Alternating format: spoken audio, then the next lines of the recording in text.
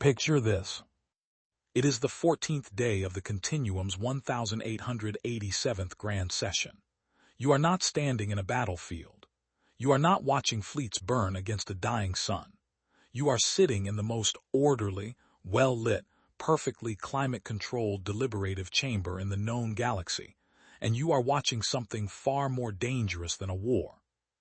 You are watching a vote.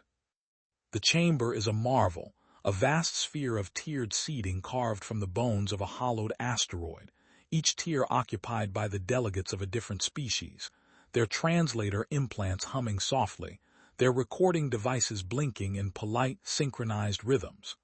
The Veth delegation sits in the upper tiers, as we always do. We are observers by nature, catalogers. We have been recording the proceedings of the Continuum for 600 years, and in that time, we have learned to recognize the specific quality of silence that precedes a catastrophic decision. That silence filled the chamber on the 14th day. The motion on the floor was simple. 37 words in the Continuum's formal language, which I will render here in translation without the ceremonial suffixes, because the ceremonial suffixes on this particular occasion were obscene in their politeness. That the species designated Homo sapiens, having demonstrated sustained incompatibility with Continuum standards of predictability, emotional regulation, and procedural compliance, be formally removed from all shared galactic space, effective 90 standard days from ratification. 37 words, 600 years of human participation in galactic civilization, ended in 37 words. The vote passed with a margin that I am, even now, embarrassed to record. It was not close. It was not even a debate by the end. The delegates of the Sorathi hegemony voted yes before the motion had finished being read aloud. The Pelian chorus sang their affirmation in four-part harmony, which I personally found grotesque given the circumstances. The Mer Collective, who had shared a border station with humans for 2 centuries, abstained, which, in that chamber on that day, was the bravest thing anyone did. The chamber applauded when the result was announced. I remember looking down at my recording tablet and thinking, we are going to regret this in ways we do not yet have words for. I was right, I take no pleasure in that. My name is Archivist Davin of the Veth 9th Cataloging House, and what follows is the complete record of what happened after the galaxy voted to remove its own connective tissue and called it a reform. Part 2, what humans actually were. To understand what was lost, you first have to understand what humans were, which requires understanding what they were not. They were not the strongest species in the Continuum. The Sorathi had them beaten on that count by several orders of magnitude, being a silicon composite people who could survive pressure conditions that would reduce a human to a small red stain. They were not the most technologically advanced. The Pelian chorus had been building faster-than-light infrastructure for 3,000 years before humanity figured out how to leave their own solar system. They were not the longest-lived. The Mer Collective operated on timescales that made human civilization look like an interesting long weekend. They were not the most numerous, the most ancient, the most telepathically gifted, or the most aesthetically refined. What humans were was present. This sounds simple. It is not simple. Let me explain what I mean. When the Sorathi hegemony and the Pelian chorus could not agree on docking rights at Way Station Kether, a dispute that had been actively simmering for 60 years, it was a human administrator named Grace Oduya who rewrote the docking protocol in a single afternoon, using a framework so elegantly balanced between both sides' interests that neither delegation could find a specific clause to object to. The Sorathi were furious. The Pelians were annoyed. Both sides signed it. Grace Oduya went home, ate something called a sandwich, and filed the resolution under routine maintenance. When the Mer Collective's Eastern Trade Corridor collapsed after the Veth inadvertently reclassified 3 of their relay stations as archival property, my institution's fault, I will not pretend otherwise. It was a human logistics coordinator named Beto Maranhão who physically traveled to each station, sat down with both sets of administrators, and rebuilt the corridor from scratch over 11 weeks. He did not use legal frameworks. He used what humans called working lunches, which involved food and a remarkable tolerance for tedium that no other species has ever successfully replicated. When the neutral zone between Pelion and Merspace was on the verge of collapse in the 1840s, it was not a continuum peacekeeping fleet that stabilized it.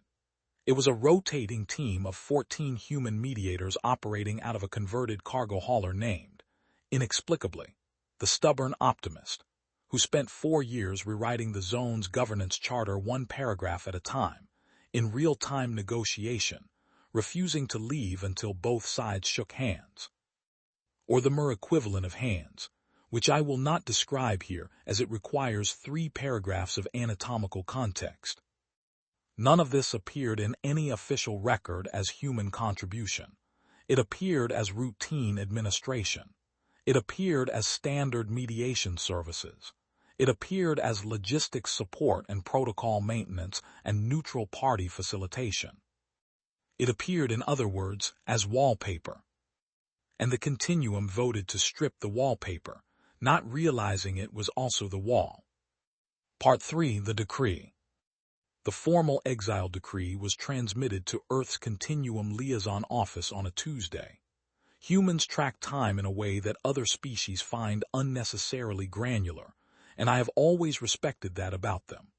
They insisted on knowing exactly what day it was, down to the hour, down to the minute, as if precision about time was a form of respect for what was happening inside it. It was a Tuesday, 9:14 in the morning, local Earth time.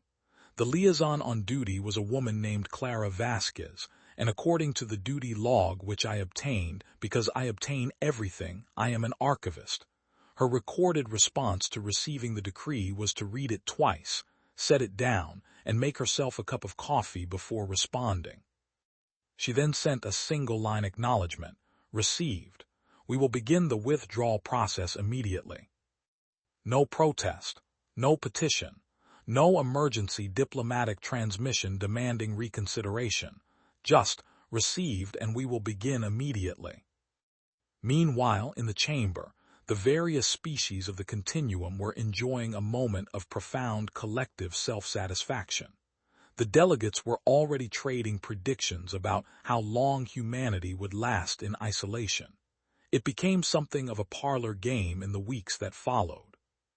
The Sorathi hegemony's official position, submitted to the record, was that humanity would request readmission within 8 standard years, driven by economic necessity. This was considered the pessimistic estimate. The Pelion Chorus calculated, using their modeling infrastructure, that within 4 standard years, human space would begin experiencing internal fragmentation without the stabilizing influence of continuum trade agreements. They submitted this as a certainty, with a confidence interval they described as effectively total. A junior member of the Mer Collective, whose name translates roughly as one who watches carefully, submitted a dissenting note suggesting that these predictions were based on flawed assumptions about human dependency. This note was filed, archived by my office, and ignored. I have since promoted that note to the front of the relevant collection. It deserves to be seen. Nobody predicted fine.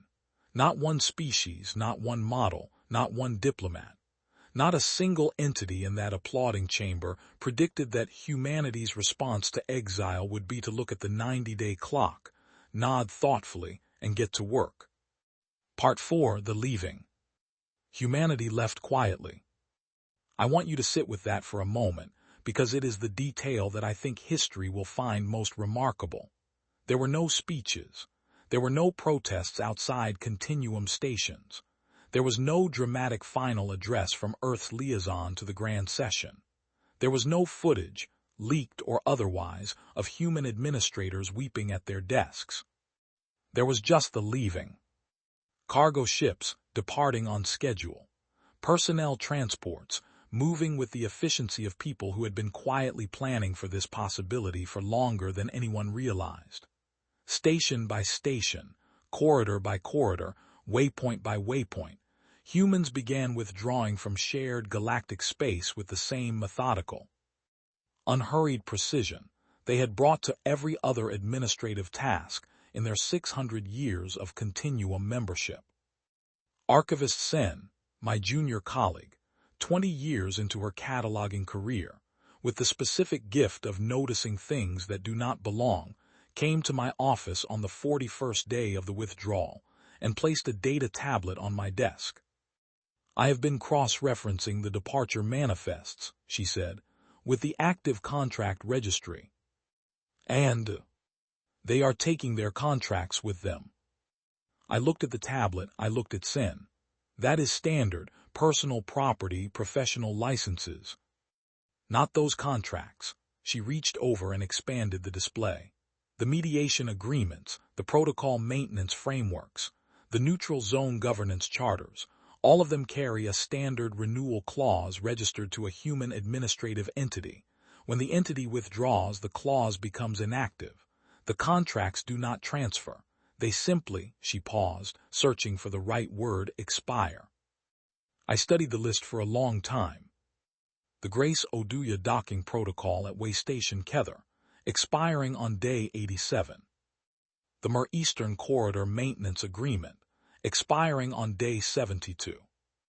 The Neutral Zone Governance Charter, rebuilt by 14 humans on a converted cargo hauler over 4 years, expiring on day 90. "How many?" I asked. Sen had already run the count. She had run it 3 times because the number seemed wrong each time. "Across all shared galactic space," she said, 4,311 active agreements carrying human renewal clauses, all expiring within 30 days of the withdrawal deadline. I set the tablet down. Outside the archive window, a human transport was moving through the dock in long, unhurried silence, its running lights steady and calm. "Did they know?" I asked. "When they built these frameworks, did they know what would happen if they left?" Sen considered this for a moment. "I think," she said carefully, "that they are humans. I think they always knew what would happen. I think they simply hoped nobody would make it necessary." Part 5: The First Cracks. On day 31 after the withdrawal deadline, the Sorathi hegemony submitted a formal complaint to the Continuum regarding docking irregularities at Way Station Kether. The Pelion Chorus submitted a counter-complaint the same day. The docking protocol, Grace Oduya's elegant, balanced, 43-page framework that had kept the peace at that station for 19 years, had expired 11 days prior. Neither side had noticed, because in 19 years they had never needed to read it. It had simply worked quietly, the way walls work, the way gravity works, the way things you take for granted work right up until the moment they stop. The Continuum assigned a mediation team. The mediation team was composed of 2 Veth legal archivists, a Pelion harmony speaker, and a Sorathi conflict resolution specialist.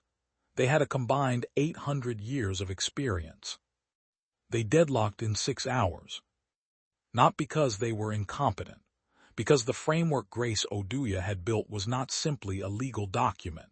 It was a living thing, designed to be interpreted, and she had spent 19 years as that interpretation, quietly adjusting it in real time through the thousands of small decisions that never made it into the formal record. The written text was the skeleton. She had been the muscle. Nobody had noticed the muscle was human until it stopped moving. On day 47, the Mer Collective's Eastern Trade Corridor experienced its first routing failure in 30 years. Not a catastrophic failure, a quiet one. A relay station that should have flagged itself for maintenance didn't because the flag was part of a monitoring protocol maintained under a human logistics contract that had expired 14 days prior. Cargo backed up. Ships rerouted. Minor, said the Continuum experts. Temporary. Easily resolved. On day 61, the first incident in the neutral zone between Pelion and Mer space was logged. Not a battle, a border-crossing dispute. A Pelian scientific vessel that had been operating under a research permit issued through the Human-Maintained Governance Charter. The permit had expired with the charter. The border station demanded the vessel withdraw. The Pelians refused. Both sides called it a provocation. On day 61, in the Continuum's Grand Chamber, the official position was that these disruptions were manageable, temporary, and in no way indicative of any systemic dependency on human administrative infrastructure. I have that position on record. I have filed it under things said with great confidence that turned out to be completely wrong. It is a large file. It grows every year. Part 6, The Discovery. It was Sen who found it. She had been working through the trade ledgers, not the summary ledgers the Continuum publishes for public record, but the raw operational data, the unglamorous rows of numbers that track actual cargo movement, actual route usage, actual maintenance cycles, actual dispute frequency. The ledgers that nobody reads because they are, frankly, extraordinarily boring. She came to my office on day 68, and she did not put a tablet on my desk this time. She sat down, which she almost never does, and she looked at me with the expression of someone who has found something they were not prepared to find. "Tell me," I said. "Every system they were involved in," she said, "restructured itself around their presence." "What do you mean, restructured?" "I mean when a human administrator joined a station's operations team, the station's efficiency metrics improved. Standard, expected. But when I go back and look at how they improved," she pulled up the data on the wall display, "the other species on that team began delegating. Not because they were lazy, because the human was better at the integration tasks, the boundary tasks. The things that required holding two different frameworks in your head simultaneously, and finding the place they overlapped. I studied the display. The patterns were there once you knew to look for them. Species that were brilliant within their own systems, becoming brilliant across systems, because a human was handling the translation layer. Remove the human, I said slowly, and the delegation structure collapses. Because the other team members never built that capability themselves, Sen confirmed. They didn't need to. The human was there. She paused. Every system they touched restructured itself around their presence. Removing them didn't create a gap. It created a void. I sat with that for a very long time. "How wide?" I finally asked. "How wide is the void?" "Yes." Sen looked at her hands. "I have not found a sector of shared galactic space," she said, "that does not have at least one critical load-bearing human handprint somewhere in its operational infrastructure. Not one sector.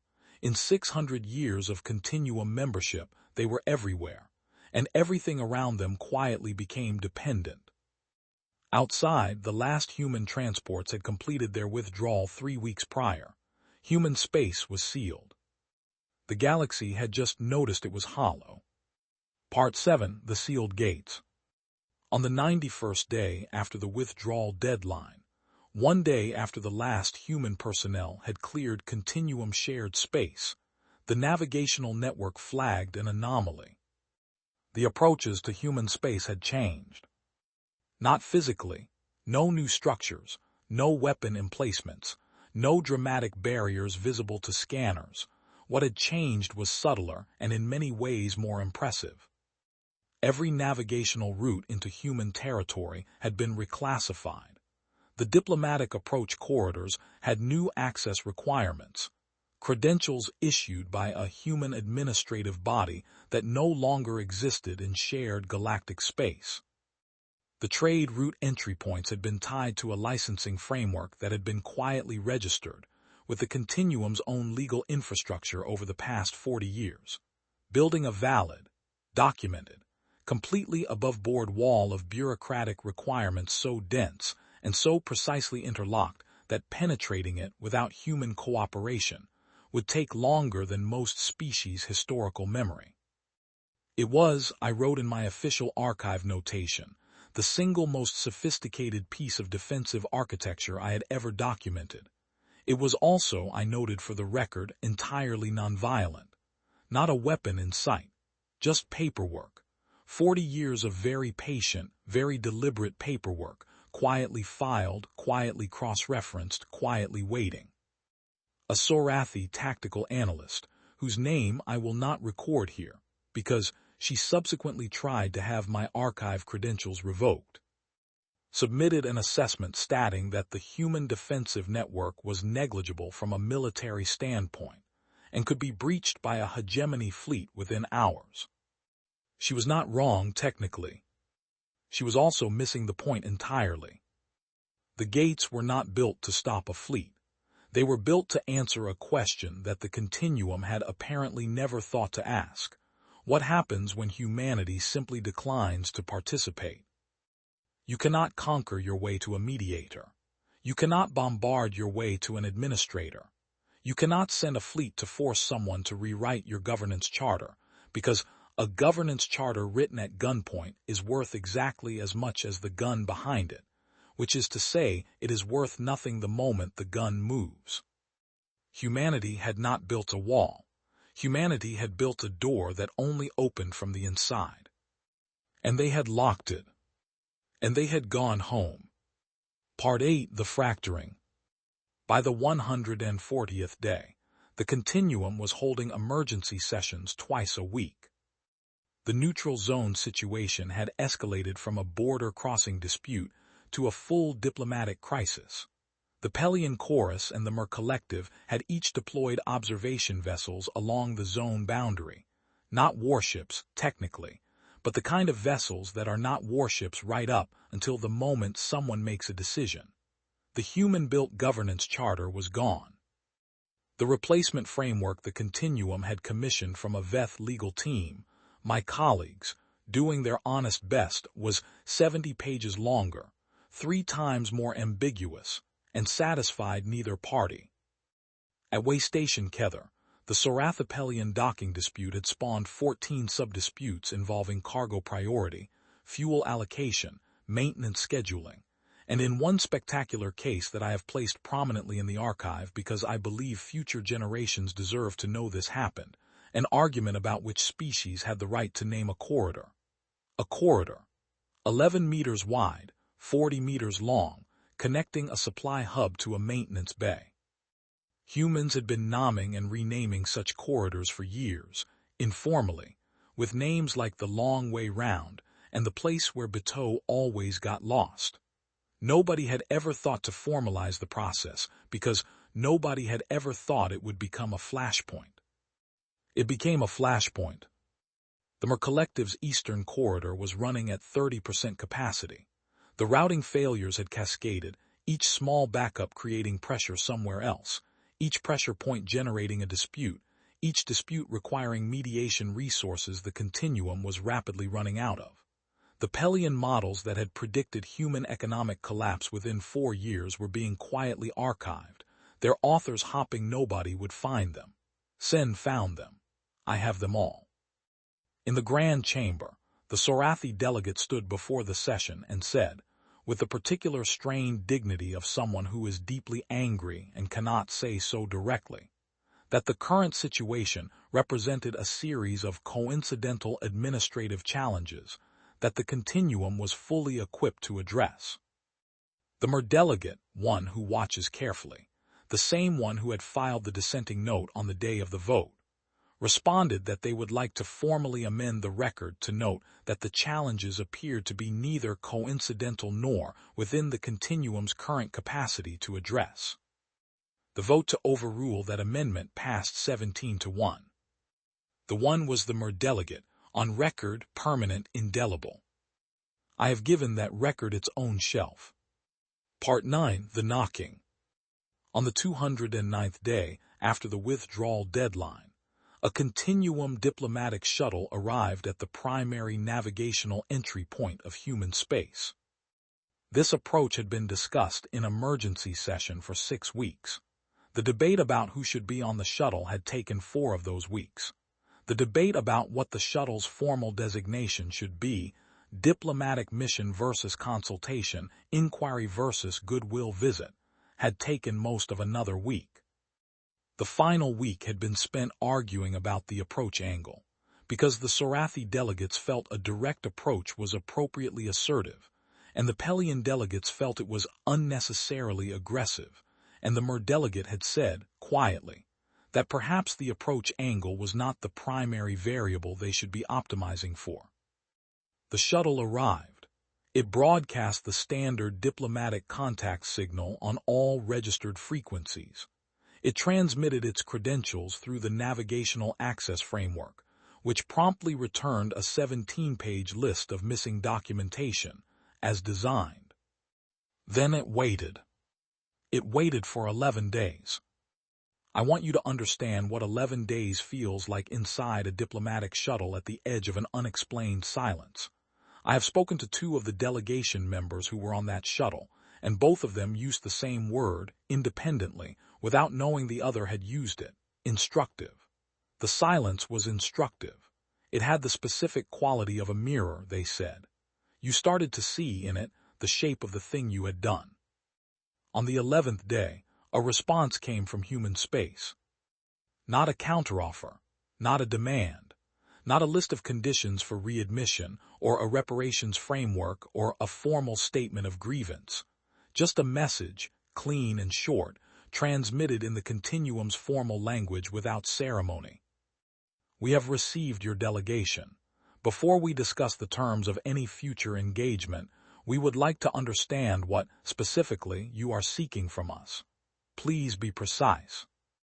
The shuttle's lead diplomat, a Pelian harmony speaker named something that translates roughly as resonance between difficult frequencies, which I have always thought was an extraordinarily appropriate name for this particular role, sat with that message for a long time. Be precise. The Continuum had, in 209 days, lost functional access to 3 trade corridors, a neutral zone, 47 active mediation frameworks, and the docking rights agreement at the most trafficked way station in the eastern reaches. It was running emergency sessions twice a week and resolving approximately 1 problem for every 4 it generated. 17 governance charters had expired without replacement. The species that had lived peacefully alongside each other for centuries, not because they liked each other, but because a rotating team of 14 humans on a converted cargo hauler had kept rewriting the peace terms every generation, were remembering, slowly and uncomfortably, all the reasons the peace had been difficult in the first place. What did the Continuum need from humanity? The Pelian diplomat sent back a response. It took 3 days to write. I have the drafts, all 22 of them. The final version was 4 words longer than the Exiled decree. It said, everything you were doing before. Part 10, The Reckoning.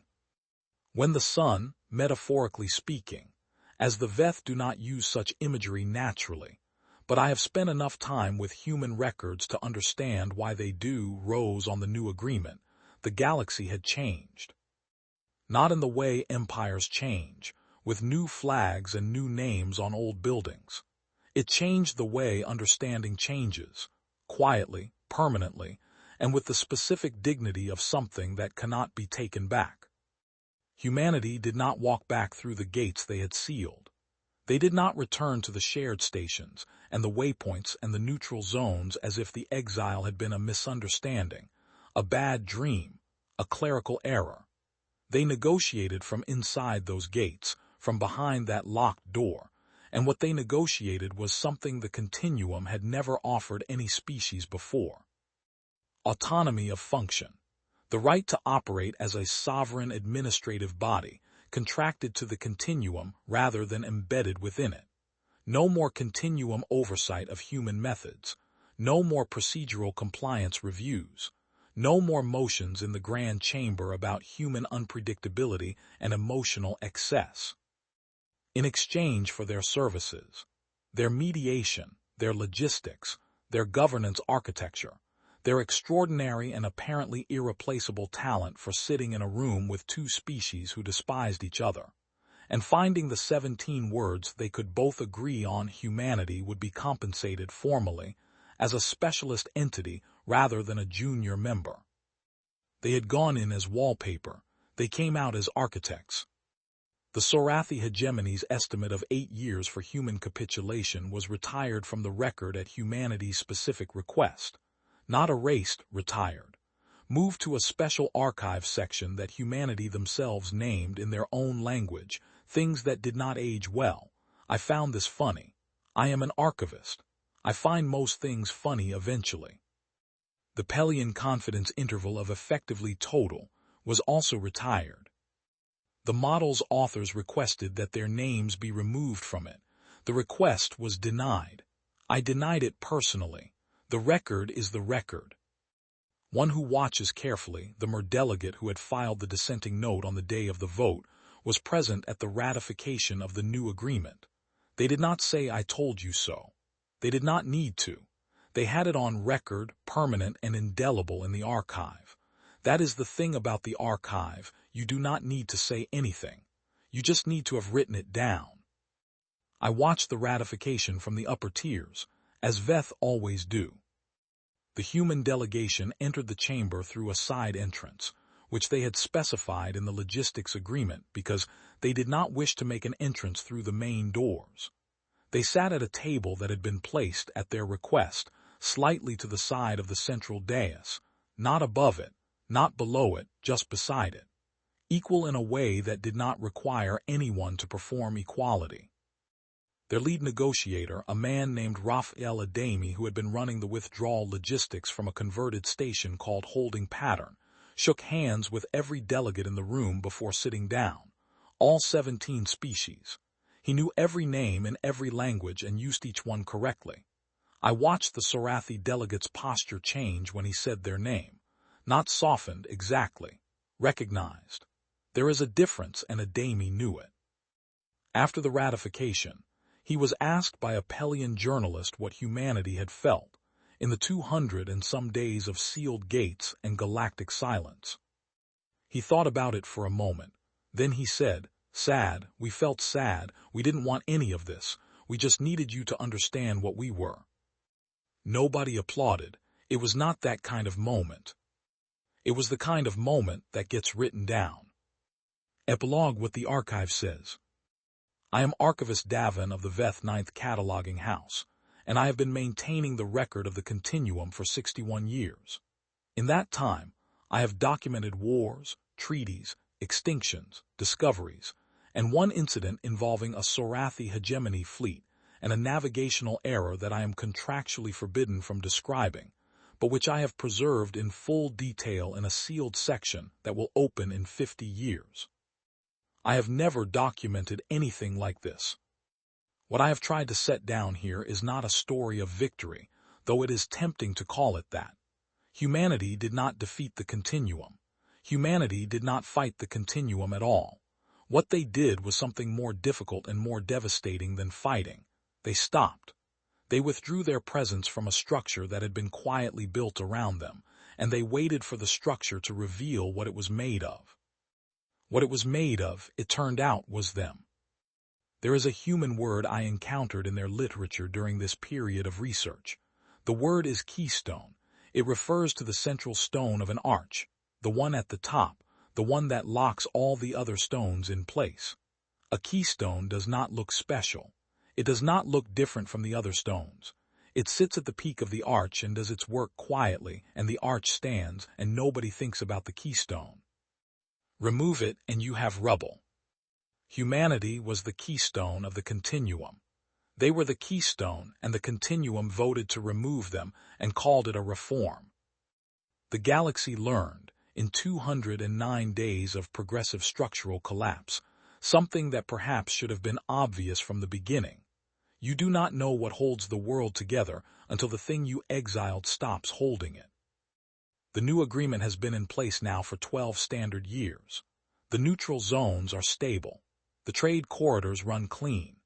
Waystation Kether has not had a docking dispute in 8 years, because a human protocol team rewrote Grace Oduya's framework, not to replace it, but to rebuild it, more explicit this time, with notes in the margins explaining the reasoning behind each clause, so that if they ever leave again, something of them remains.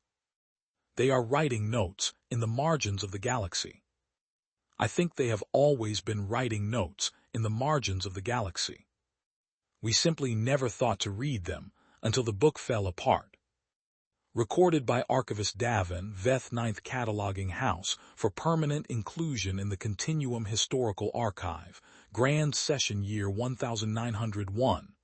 Classification, Essential Record. Restriction, none.